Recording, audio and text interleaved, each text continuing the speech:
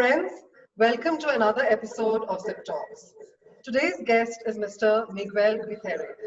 Miguel was the India Head of the KFW IPEX based in Mumbai.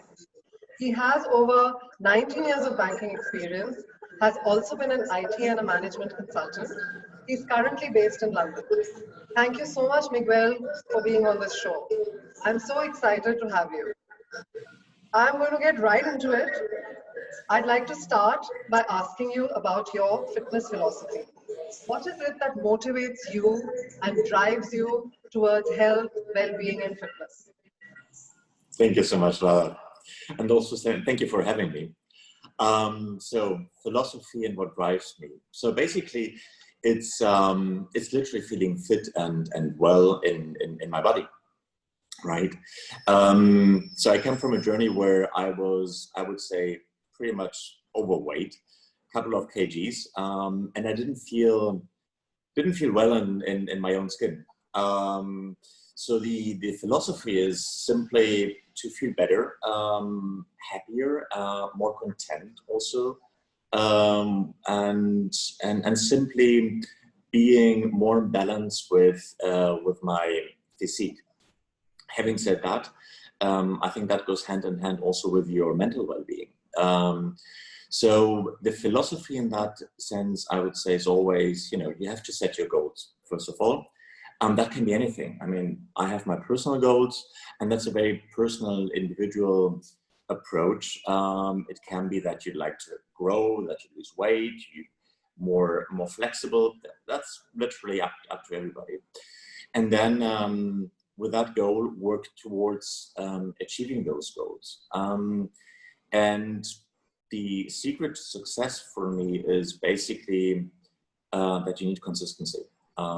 That's it. And it's not only about fitness in a sense of working out, sweating, and getting in tone, but it's so much so more even important. Nutrition.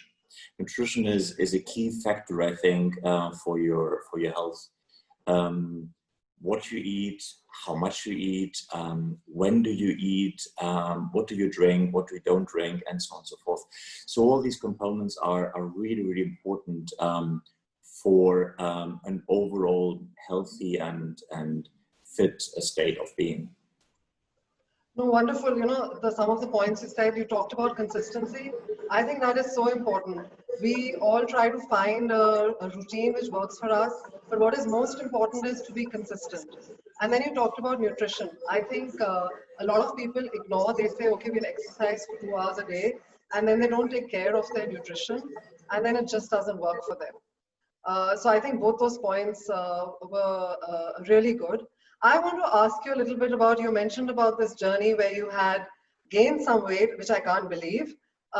And I'm sure you did that in India, eating all the paranthas and the kulchas here.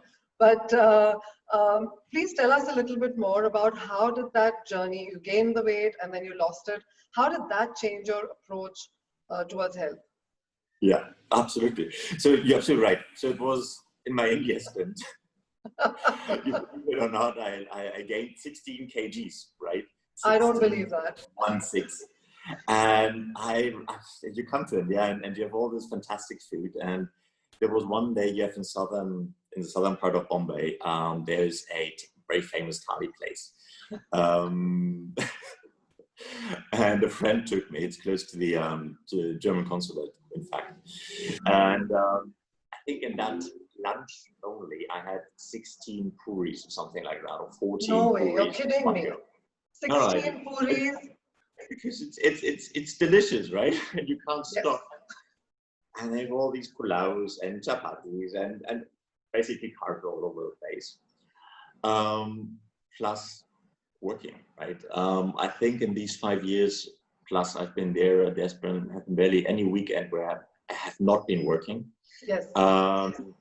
And it was great. I mean, it's not that it was stressful or I would say, overly, how could I say, in the wrong place. To the contrary, it was just, I was super happy with the job. Working was just normal, and I enjoyed it very much. That's why I spent so many hours doing it. Even on weekends, you get up, you read the newspapers, you get ready, you work on your emails, you have meetings, all these things.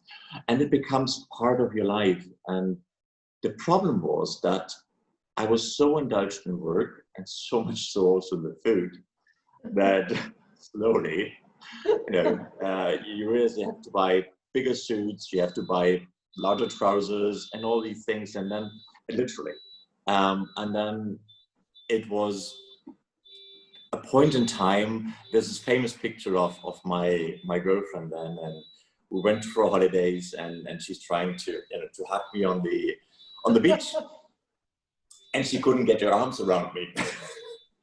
And you see that picture, and and I think that was one of the wake up moments. Okay, this has to stop. I have to do something. Plus, even though I was energetic with my job, and because I liked it, there were times I felt really, maybe drained in a certain way. You get exhausted just walking upstairs. You were sometimes tired waking up in the morning. It wasn't a feeling of well-being at all. So I started literally with a personal trainer, very slowly, and started working out every day. First every morning, then every morning in the evening, watching out my diet, and slowly I got back onto what is my normal weight. And I felt not only more active, but even more productive in my work as well. So the important point was that I did not have to compromise my work hours at all. I had so much more energy activated from inside just by working out, that work became even better, right? I could still work my 7 days at times a week. That was not an issue, but I was much more balanced and much more, much happier, and absolutely getting into. So that was a very good and interesting journey. Yes. No, I think everyone has some point in their life which is a trigger which makes them approach health and fitness and well-being in a different way. For me, in 2009, I got diagnosed with pneumonia, and I was really, really sick. And what led to it was that I had got really stressed at work post the Lehman crisis. There were a lot of things happening. And I allowed that stress to let my immunity levels go absolutely down. And I got pneumonia. And I was out of work for 3 months. I unlike you, where you put on weight, I lost weight. I lost 10 kgs, but I became weak. And that's when I told myself that I'm not going to allow stress to affect my life in this way, that I lose my health completely. And I took to health and fitness in a completely different way post that. So I think all of us have some point in our lives where something makes us view, health and fitness a little differently. But tell me, Miguel, you live in London now. So what's your routine like? Because there must be so much outdoors stuff that you can do there. But it would be nice to hear a little bit about your workout routine. Oh yeah, definitely. So I think, one of the most important things is that you listen to your body as well.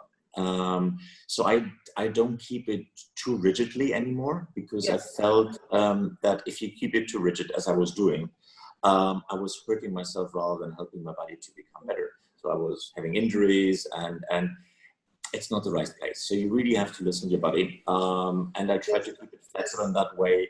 So, okay, normally I try to run a lot now. So you have all these wonderful parks and green areas in London. Yes. I live close to Hyde Park. So it's literally running in Hyde Park every morning if I feel like it. If I don't feel like it, then I'll do some exercises at home, be it flexibility, be it body weight training a lot, which I love. And it's a bit of going with the flow of the body. Doesn't mean that I become lazy. It still takes me some sort of,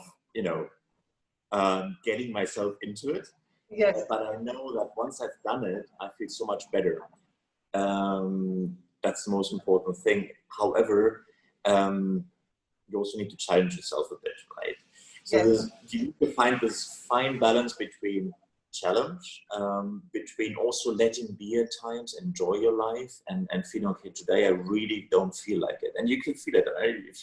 But one day where you can easily do an exercise or run your whatever case around Hyde Park in X amount of minutes, And other days, the exactly same exercise simply doesn't happen, and that's because your body is not in the state of doing it, and that's also fine. And I think you need to learn to treat yourself with what some people would say loving kindness. So be good to yourself in both ways. Be good to yourself working out, but also be good to yourself if you simply can't or simply doesn't feel like working out. That's all fine.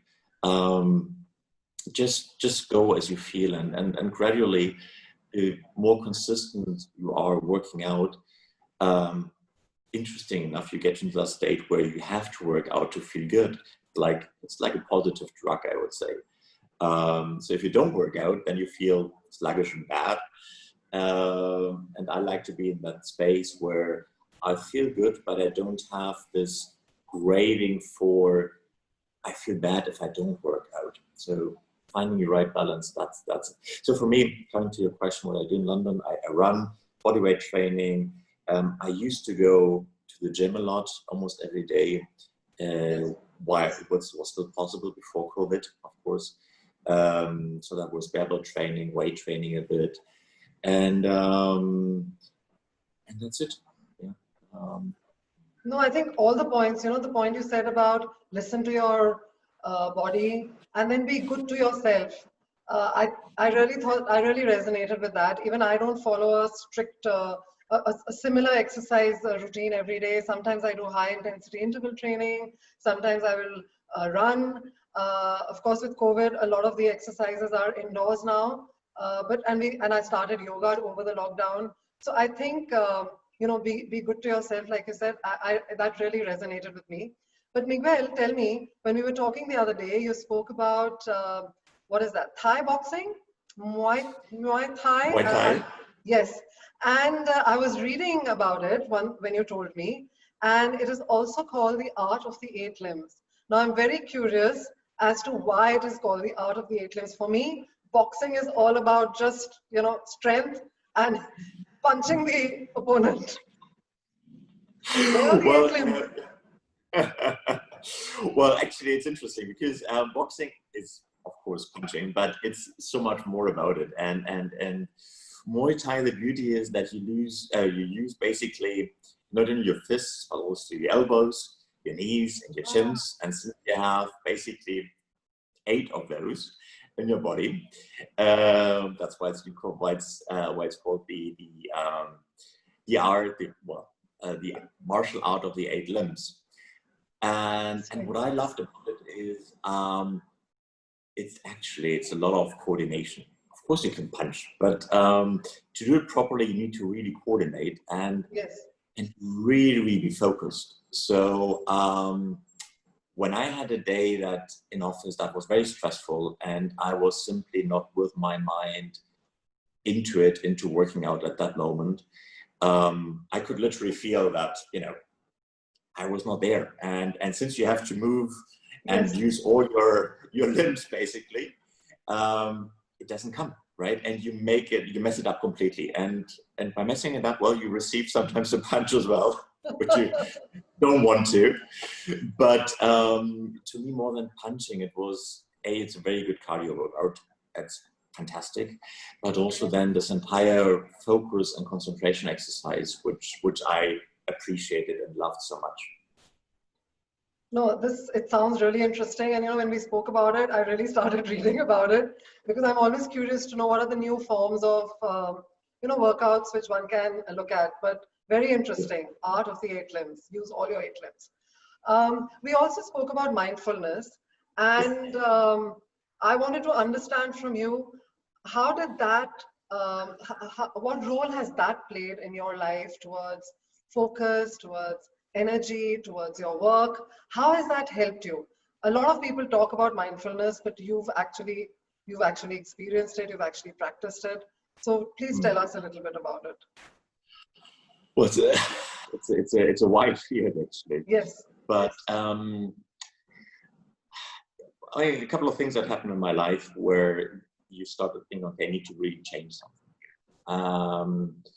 Coming to fitness, one of those things was that because I was overtraining, and I was getting obsessed with fitness. That was not a good space to be. And I literally, I had a hernia, I had all sorts of muscular issues, so I wasn't doing good to myself. And you realize that there's much more to fitness than just working out, sweating, and having a nice body, trying to have a nice body at least. And that everything goes basically hand in hand, right? It's not only your body, it's your mind, it's your emotions, it's your feelings, your senses, and just being aware of all these things that are happening to you in every single moment, be it during the workout, before the workout, or even after the workout. It's a state where you are more connected to all these sensations you have, and you realize, okay, this is all part of me, but it's not me, right? Same as the body is there, but the body is not me. It's part of me, but it's not only me. And I think if you start working out from that perspective, things become much more meaningful to yourself, right? Because you start doing, or I started doing things from a different perspective. I started doing things and working out more from a perspective of listening inside, being inside, and trying to see how things feel and how I experience those things, right? So it has to do a lot with, even working out for that matter, with connecting to yourself. And at times, if you get into that flow, it's even meditative, I would say, right? Because you switch off your mind, you turn inside, and you start getting into your workout flow, and just going with it. And that is a very relaxing and rejuvenating state as well. Yes. Yes. No, I mean, I think it all sounds so wonderful to connect with yourself, to look inside yourself, and how it can rejuvenate you and actually give you more energy. And in a kind of sense, it's like meditation. You're in the present, in the now, but you're able to feel all your sensations. So I think it's just wonderful. I mean, there's so many talks on it. There's so many people writing about it, but it's wonderful to meet someone who's actually experienced it and seen the benefits of this. So Miguel, what 2 tips would you like to leave with the listeners and the viewers today? So I think most importantly, whatever you do, you need consistency, and more than consistency, the consistency is probably only achievable if you put your heart into it. So yes. It doesn't matter what you do, just do it with happiness and with some sort of illusion for something you like to be or achieve, or you like to feel or experience, and just do it, from inside and from your heart. That's number 1. And number 2 is, I think, nutrition. Nutrition is super important. It's you can work out as much as you want. If you don't keep your nutrition in check and you really start eating healthy, you won't get anywhere. And these are 2 tips, right? Be happy, do it with your heart, and eat well. Yeah, both your points. Nutrition we talked about earlier, and as I mentioned, I think it's really important. And then do it with your heart. Even if you're being consistent, do something with your heart which makes you feel happy. I think that's so important, and that'll make you also consistent. Now, before we go, we cannot let you go without you doing the rapid fire round. So I'm going to say 5 words, and when I say each word, you have to tell me a word which comes in your mind when you hear that word. So Are we ready? Yeah, definitely. Can there also be 2 words, just in case? No, it's a 5-word rapid fire round. Okay, we'll try. Okay, let's go for it. Exercise. Sweat. Boxing. Fist. Meditation. Oh, focus. Food. Happiness.